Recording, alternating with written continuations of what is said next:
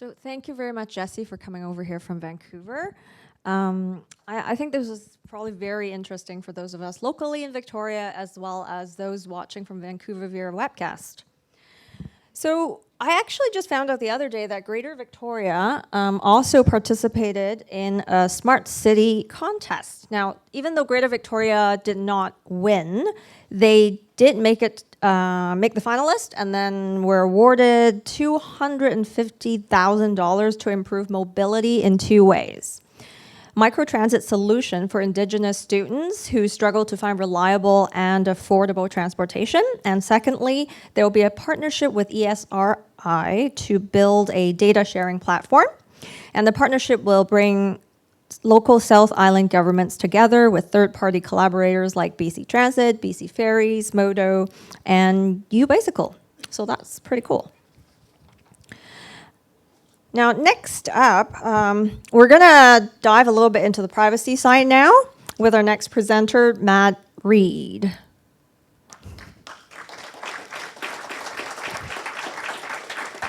So Matt Reed is the Executive Director of the Privacy Compliance and Training Branch within OCIO. After writing his master's thesis on social media advertising, privacy, and choice, he began working for the branch, where he has been for the past 10 years. During his tenure, Matt has managed the privacy implications of many cross-government initiatives, including, but not limited to, cloud, social media, the mobile worker, and open data strategies. So when we asked Matt Reed, okay, what types of smart city technology are you most excited about? His answer was, I'm excited for smart buildings technology that will turn the lights out and bring us back the night sky. Now, would anybody else be excited for that? Oh, I am. So today, Matt will be giving us some insight on one of the most talked about smart city topics, privacy in smart cities. So please welcome Matt Reed with his presentation titled, Where Does Privacy Live in a Smart City?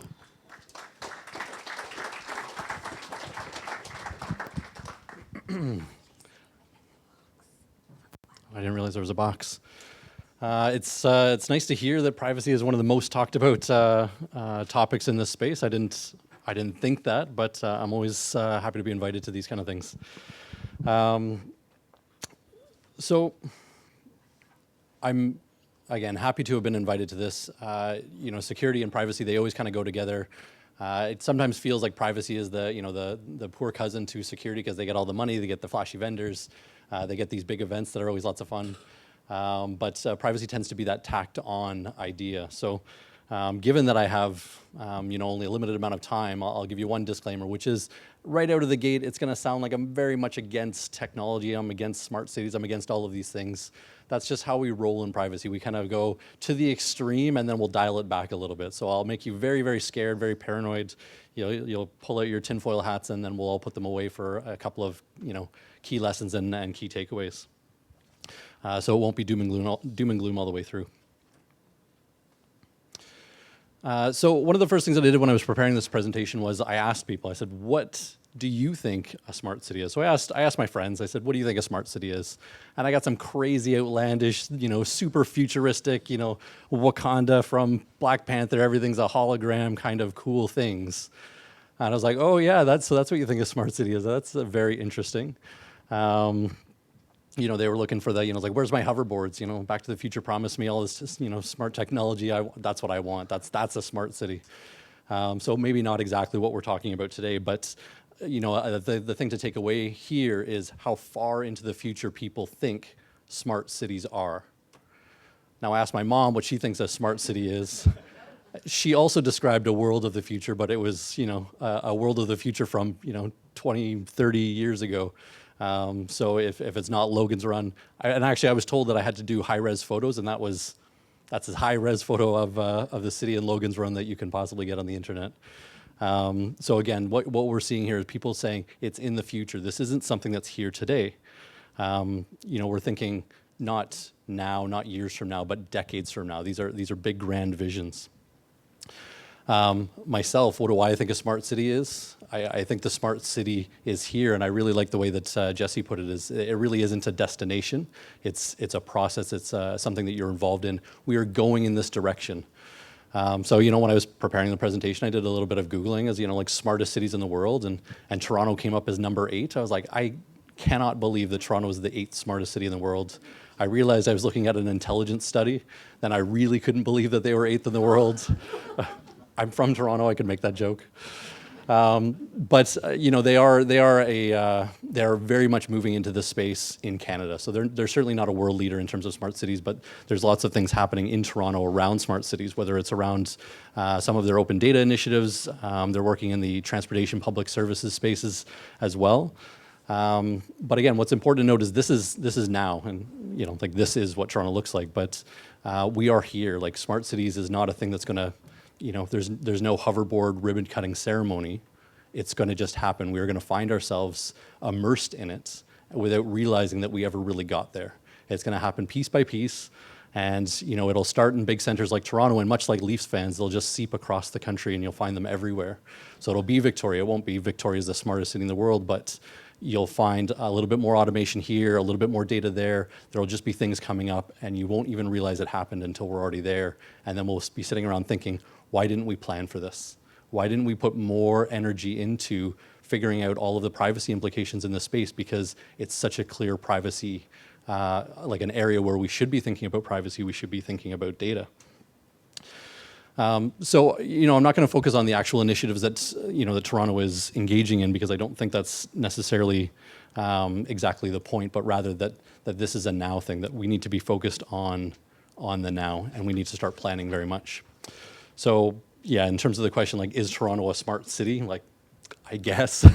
I guess you could call it a smart city. It doesn't feel really satisfying because there aren't holograms anywhere. There's not these crazy cool technologies that you can get on board with, but this is the kind of the reality that we need to acknowledge, that it's not always super exciting. It just kind of is the state of things.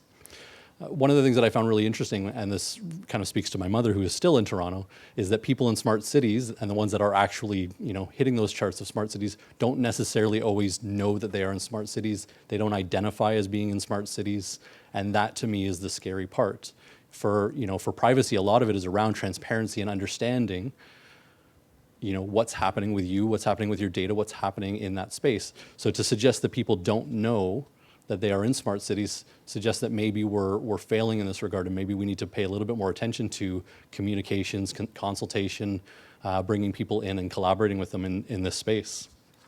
Because again, as Jesse said, if it's a final product, it's that's not the right attitude. We can't consult on the smart city in the future, but rather it's an ongoing process. So we need to make sure that our perspective and our philosophy is about bringing people into what's happening in the city, what's happening with their data, what's happening with the information that they are either actively handing over or that's being taken from them. So to take maybe a bit of a step back in terms of like, how did we get here? And as I said, it's a process. It didn't come out of nowhere. In large part, certainly from a privacy perspective, some of the things that we're seeing in smart cities is coming from the surveillance city. The surveillance city was very much about, collecting as much images of the city as possible so that we understood, where things were happening, where crime is happening, who is committing crime. So the idea was,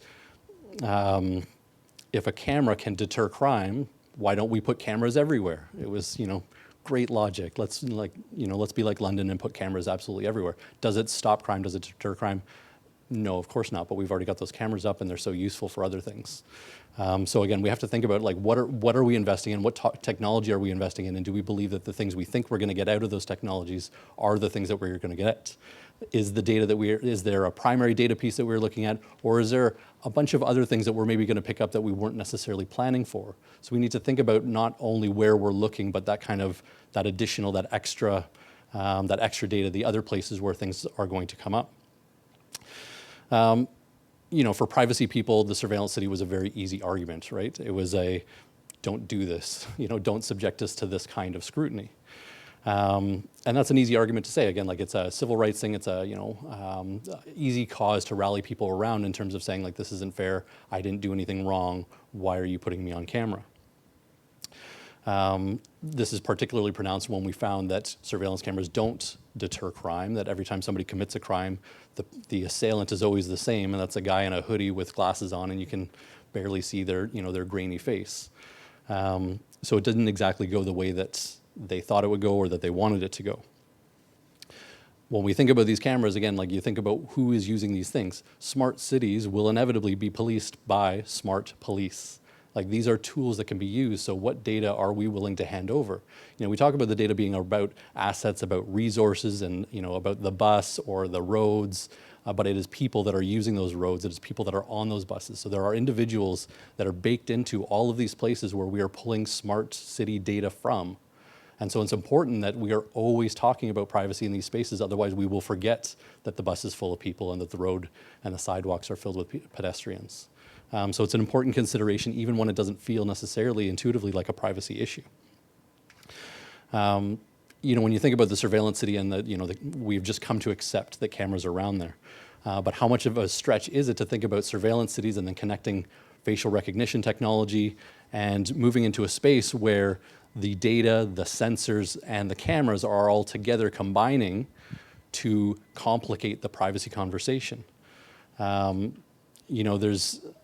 There's this idea, again, that the sensors aren't about people, they're about the things that the sensors are attached to, but we are always out there using those things. And what we've seen, say, in Toronto, is Toronto using the Toronto Police Force using facial recognition technology to really kind of pinpoint what's happening in different areas and connect those to databases of faces that they already have. The commentary around this, and I'll read it out, was mass, indiscriminate, unwarranted, unnecessary collection of data without reasonable or probable cause. This is a very natural reaction to that kind of thing. Reflecting back on London, they used very, very similar technology, but the response was very, very different. And it was different because of how they rolled it out. They didn't just hand it over to the police force and let them use this cool, smart technology. What they did is they ran a trial. They let everyone know where they were going to use it. They let everyone know what it did. They let everyone know the schedule of when they were going to use it. They really brought people into the conversation. That doesn't necessarily make it right, but it allows people to take a little bit more power into their hands in terms of where they want to be in the city and how they want to engage in that city, because they understand what happens when they go to a particular neighborhood. So it's a bit of a micro lesson in terms of the importance of bringing people into these conversations. And again, as we say, it's facial recognition technology and surveillance and police. So, the privacy end of that scale is not exactly winning, but privacy is very much a game of inches. We have to claw and scratch for every inch because the downstream impacts of giving up privacy early, we don't know where that goes, and we don't know how much we're losing when we give it up on just one technology or one service. Could you elaborate on the cow in the picture? I think the cow is a statue, but this is in Toronto, so I don't take any responsibility for this city. So as I said, we talk about, I've been, talking about privacy, and for those that have heard me speak before, you've probably heard me talk about privacy not necessarily being around hiding information or keeping things private, but it really is about choice and giving individuals choices about what they're allowed to do with their information, that they can choose to engage with something or they can choose to not engage with something. This is particularly important here, especially in this sort of new space, because choice is premised on information. You have to know what you are choosing. You have to understand the ramifications of those choices. And the benefits and the conveniences of smart cities are so attractive, it's easy just to give a quick yes, yes, that sounds great, that sounds amazing, I absolutely want to do that. But are you aware of the ramifications of handing over your information or being watched in a particular way or monitored in a particular way, or your use of different things being monitored in those ways?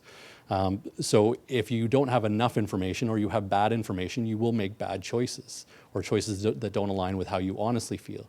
And so there might be, in these sort of consultations, a false sense of how people actually feel about these things. So it's so critical for us to be honest and forthright in terms of what is actually happening in smart cities and what data is actually being collected. So, surveillance, as I said, was an easy one for privacy to say, this is a human right, you can't do this, we didn't do anything wrong. The smart cities, though, the benefits, they come so fast. you don't really hear people saying like, "Boo, smart cities, down with smart cities." That's not a thing that we hear. That's not a splashy headline. They're asking when, like when smart cities, and that's because the focus has been so clearly on the benefits. When you think about some of the things that you could get, like if a smart city could coordinate all the green lights for you, it's like I'll give them anything they want if they will, give me that straight line. Particularly in Toronto, less so in Victoria. It's still going to take you 15 minutes regardless of where you're going. If it's getting to the closest parking stall, like of course everybody hates driving around the block, particularly with one-way streets, to try to find a parking spot. Like those are, you almost don't want to hear what they want from you because the benefit is so great. But what if the city is going to sign you up for, anti-smoking classes because the cigarette butts in the, trash bin around your house has gone up? You're like, oh, that's sketchy, but yeah, it's for my health. Okay, fine, I can get behind that. What if the city's going to give you, a discount on your utility and sewage lines because they can tell that you have a low fiber diet? And you're like, oh, I was like, okay, that's weird and sketchy, and like, no, maybe I don't want that discount, or maybe that's not a thing, or maybe I don't want to be charged more for not having that. There's no end to the number of services, conveniences, changes that can be made that would be based on data that could be collected. We throw data out all the time. We provide it. It can be taken from us in numerous places. So we can't even imagine all of the places where smart cities could improve services, right? If we can find parking spots sooner, we can, decrease emissions as we're driving around the block. Like, there's no doubt in terms of the benefits of these things. But again, do you understand what's happening? And again, I usually try to find some ridiculous examples so I can get the room kind of with me in terms of saying like, yeah, I would never agree to that. And maybe the high fiber diet one doesn't do it for you, but know that there is a line. There is a place somewhere where you will probably say is like, yeah, actually that's probably too far. Like I'm out there, but that was too far for me. Now, again, as I said, privacy is a choice, but in some cases, when we're talking about smart cities, we're thinking about the data that's being pulled from individuals. It can potentially be a bit of a false choice. I pose these as questions like, would you want this? Like, would you want the discount on your utility and sewage bill if? Would you want the parking spot if? But it may be that those things aren't actually questions. They're just programs. They're just the things that happen, which is why, again, the public consultation and bringing the public on board with smart city initiatives is so important, because they have to want to provide their data understanding what's going to happen with it. And we don't want it to be the case where you simply opt out of the benefits of it, because it may be that you can't opt out of that data collection. So we want to make sure that it is properly a choice as much as possible, that people can choose to engage in the city in the way that they want and aren't simply being foisted on. It's not being foisted on them, and they don't get to choose about what happens to their data. So it's a bit of a fine balance, but it is very much an important one. Now, as I said, Toronto's a focal point for all of this, and I'm sure those that are interested in smart cities will have heard about the Quayside development with Sidewalk Labs. This is again, building a smart neighborhood up from the ground, with of course Google involved and all of these sort of the big players in the space. Thankfully they included Anne Kavukian, who we see her at the Privacy and Security Conference every year. Former Privacy Commissioner for Ontario, and she was on the board with this group, and that was like, great. You have one of the best privacy minds, directing this space and really being involved from the ground up. That was the good news. The bad news is she left the board in protest because she didn't like what they were doing. If that's not a red flag, I don't know what is. And what we saw, this is a quote from Anne here, is that not all data collected from residents would be de-identified at the source. So just to unpack these terms a little bit, de-identification normally refers to the idea of like taking out key identifiers, so the name, the address, what have you. It doesn't mean anonymization. It doesn't mean wiping an identity from the face of that data. It means like taking the easy stuff out. It was the lower test, and they still didn't pass it. So this is like an important consideration here, that we have this group that's trying to build this thing from the ground up. Would have been a leader, would have been a place where other smart cities across the globe would be following if this was a success. And this was the approach that they were proposing. This is who they drove out of their project because they didn't want to do this. Now, keeping in mind again that lower test. Another quote from Anne here, it says, Sidewalk Labs would be ensuring the privacy of any data that they collected, ... but they could not guarantee third parties would do the same. So it was like, maybe they have the best practices in the world, but they're not going to vouch for the people that they're going to give that data to as well. It's like, that's, again, a very scary proposition when you don't know. You don't know what the future holds for your data. It's like, again, it's great right now. I got that parking spot, or, I was able to, get to the bus just as it was arriving, whatever the case may be.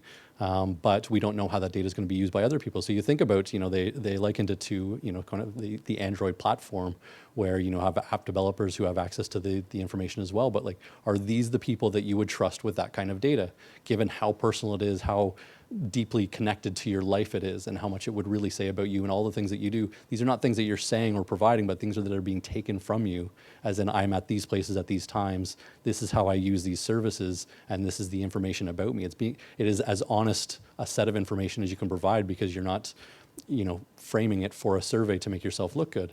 It just is the reality of the situation. So again, these are as I said, the worst kind of things to hear in the space, and just to really kind of like draw a box around the space. I wasn't in BC at the time, but I understand social credit has a particular meaning in BC, a very, very different meaning in China. And I'll speak very carefully about this program, because it's not a program, it's not one cohesive program, but rather a number of different initiatives within China, within different municipalities and different cities, where they are collecting a lot of data around behaviors that are happening in the public space, or amongst businesses. And they, straight out of a Black Mirror episode, they're monitoring people around the city and finding what are those behaviors that people are engaging in. So jaywalking, smoking on trains, buying too many video games, donating blood on the more positive side, helping somebody cross the street. These are things that if you were seen to be doing these things, your points went up. You started with 1,000 in one particular initiative, and you went up if you donated blood, but you dropped down if you cut in line. This kind of program is built on the kind of sensors that smart cities work with, right? This plus surveillance, plus facial recognition technology, plus whatever information is provided by the different city services that you're engaging in. This, like when I came across this is just a terrifying initiative from a privacy point of view. But again, the people that are engaged in these services, or at least the ones that were interviewed, of course, thought it was great. If you have a high score, you get better interest rates. You get access to express transportation passes. You can buy a plane ticket at a lower price. But if your score was low, you don't get those things, or maybe you don't get to engage in certain services, or perhaps you don't get on an airplane. Like the ramifications in terms of the use around this kind of data are massive. And again, like you have to look at the disposition of the public and how they feel about these things, because again, in large part, the people that were commenting on this service, they thought it was great. It's like, but would we think it's great? It's a different social context, and that may not be the case. So the important part here is that we are vocal about how we feel about our data being collected. We are vocal about how we feel about how our data is used, and that we are actively engaged in this as a conversation. And again, like all the benefits in the world don't really forgive or correct the idea that if we are constantly under this kind of surveillance, constantly under this kind of scrutiny, or this kind of cost-benefit lifestyle, is public protest considered a positive behavior? Is that something that you get marked up for or marked down for? And again, these are things that we don't know, so we can't really make an informed choice about how we feel about that technology. So that's the doom and gloom stuff. That's the worst of it.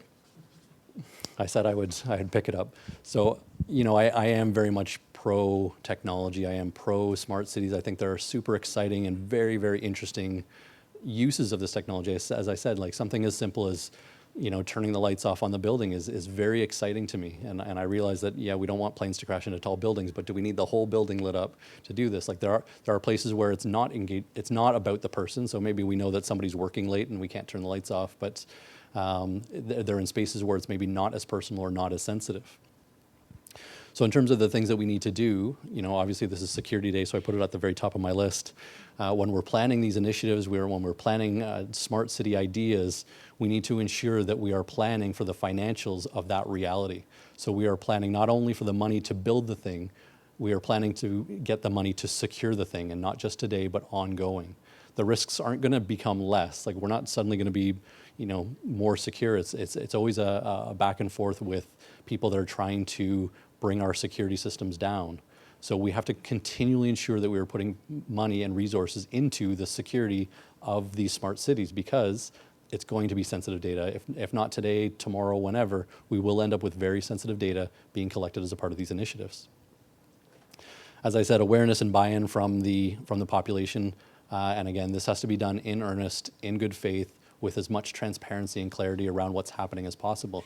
The population can't properly vote on, choose to engage with, really get behind, or voice their opinions on unless they understand what's happening. I mentioned this before, an understanding of what data is going to be produced, both the primary data and then the kind of effluent data or data discharge, the things that we're not really thinking about. You can find out a lot of things about different populations that maybe you didn't intend to collect, but that's what you ended up with because you didn't really think it through ahead of time.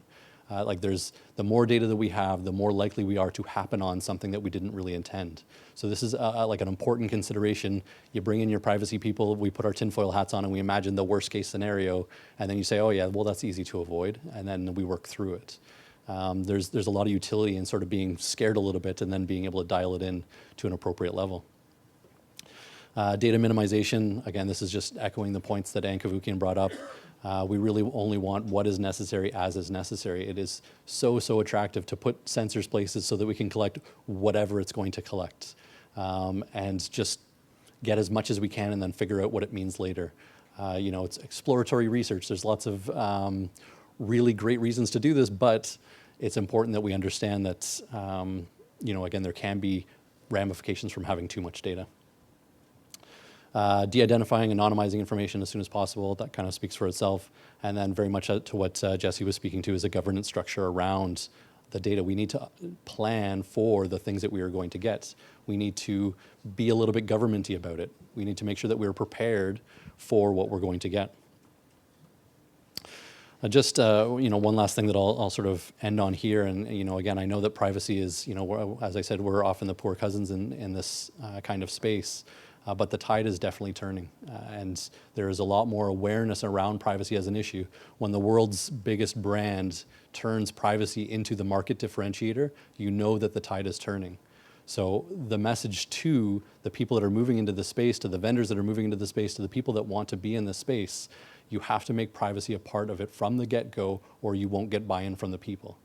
People are starting to really get behind this idea that their data is important. Maybe they don't understand what's happening, but they know that it's important. They want to be able to be told that, yes, your privacy has been respected and we got the most privacy secure thing on the market, or we made sure that the security is dialed up to 11. Those are the things that people are going to want to hear in these spaces, so it's important that we plan for and be able to say that. So with that, it's a bit of a high note at the end in terms of like where this is able to go. Any questions? Yes. Do you want me to give?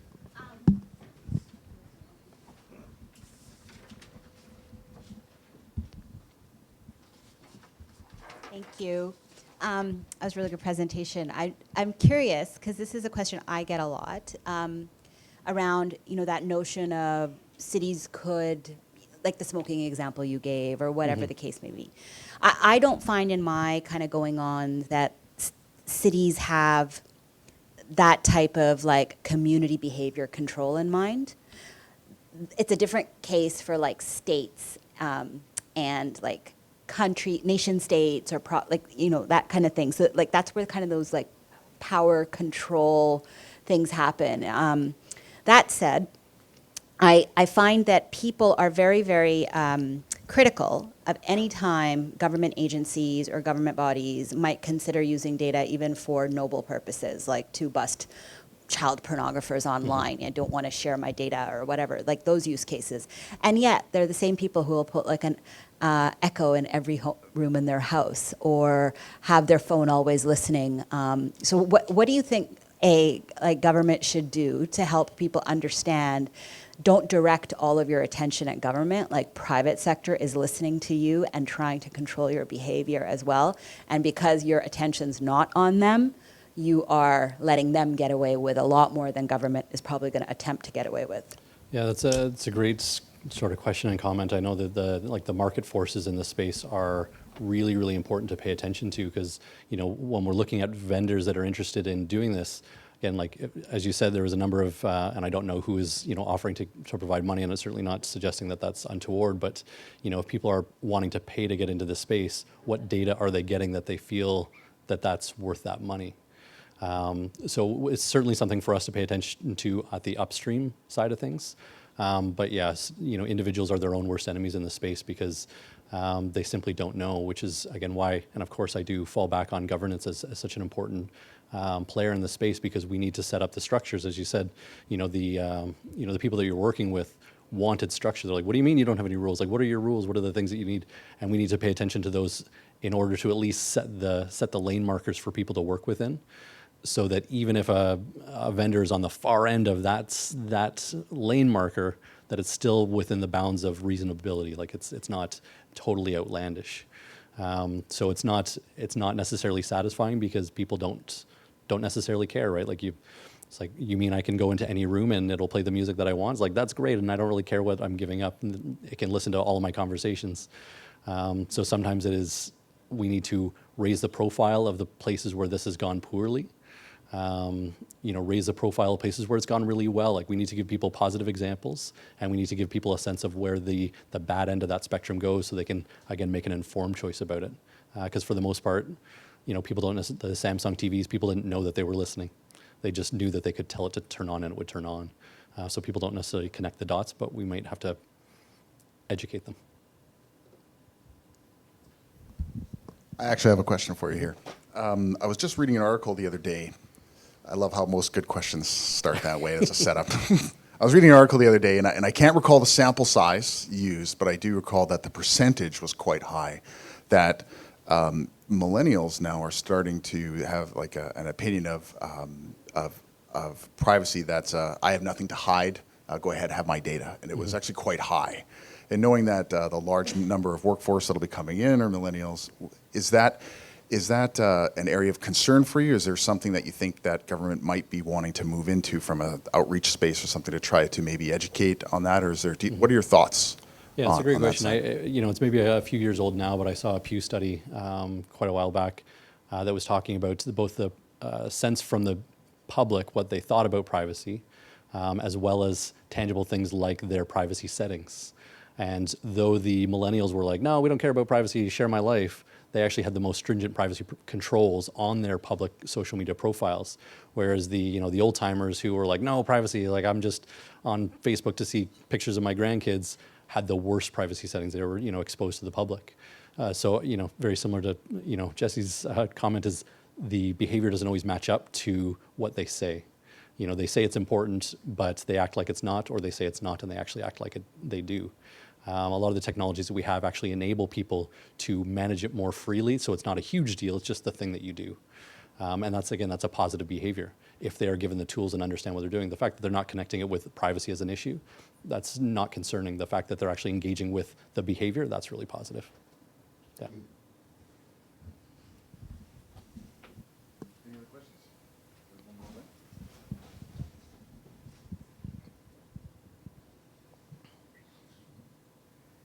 Hi. One of my concerns with how people kind of perceive privacy is that even though they often profess that it's very important to them, they don't often practice privacy protection measures in order to safeguard their own data. So the Apple ad kind of made me realize how moving on to the future, privacy might be treated more as a luxury that people may be willing to pay for if they feel like they get enough of it. But otherwise, so long as it's convenient to themselves, they'll just give up their data for whatever marginal economic or convenience gains. So do you think there might be any way to sort of decouple the concept of privacy as a luxury, but rather something that everyone should be fighting for it? Yeah, so it's an interesting thought, interesting idea, and we certainly don't want to get into a space where privacy is the thing that you pay for, And if you can't afford to do it, then you have to be subjected to, over collection of information. What we want is to raise the privacy bar for everyone. So it's not buying this phone because, if you have to buy a phone and it's the cheapest phone, but it, ravages your information. That's not a good place to be. We want to make sure that that people flock towards the privacy options so that it proves out that non-privacy respected technologies or services will not be used. We need to push it as extreme as possible to, push that behavior of our service providers and our vendors or technology providers. But market forces are what they are. We can't always control it. And, if it's something that we clearly want, I'm sure they'll find a way to make us pay for it. So it's a tough balance, but it's not, I don't have a great, there's no answer there for you, but. I don't know, it feels kind of hopeless.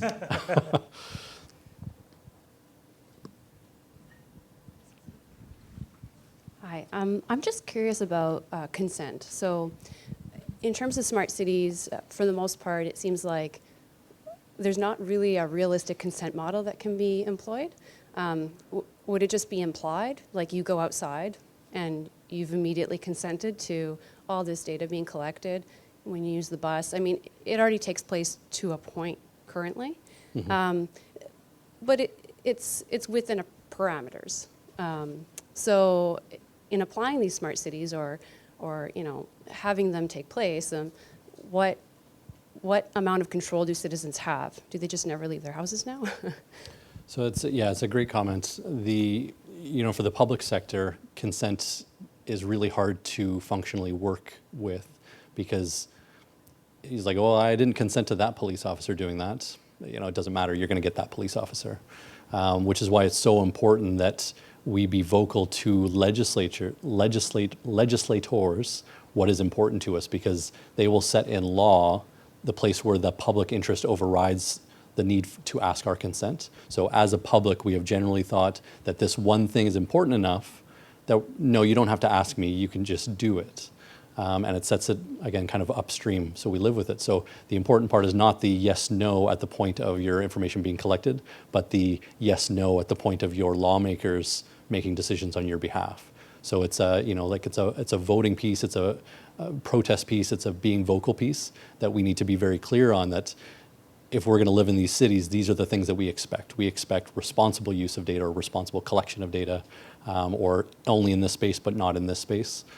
So again, the challenge for cities is essentially to consult with people to find out exactly what that is. And I know Jeremy's in the room here, and with the services card, it's a big privacy initiative, big public initiative, and for them it was, where would you want us to use this card? These spaces, yes. These spaces, no. And that was a very important conversation to get buy-in from the public for those initiatives, and that's part of what leads to its success and to why people will sort of follow that initiative. So again, the front end of all of this is so important, which is why, again, we're focusing on doing this now and not expecting there to be a smart city endpoint that we're kind of going to be talking about, but rather that we're planning to go through that evolution. So can I ask a follow-up question? Okay. Then in bringing in public-private partnerships and the fact that those private bodies operate under a different consent model versus the private bodies, or public and private, does that shift the parameters in any ways? Like, how do you reconcile those two different models, essentially? Yeah, it's for a smart city initiative, it's hard to say. It's like, we'll just move to a different neighborhood if there was a private entity that was working to really amp up the smart technologies within that neighborhood. So it is more difficult. But again, those businesses, they aren't the city, they aren't the province, they aren't the country. And so it's really just a matter of ensuring that, generally speaking, we have what we need. And if we don't want to engage with that business, we don't need to go to that business, or we don't need to engage with that service. Thank you, everyone. Sorry, I'm gonna cut us off there. But any other questions, please feel free to ask Matt later on. But for now, just to kind of stay on top. But thank you for all the engagement. That's awesome to see. So Yeah, awesome. please Thank you. Thank you. Thank you.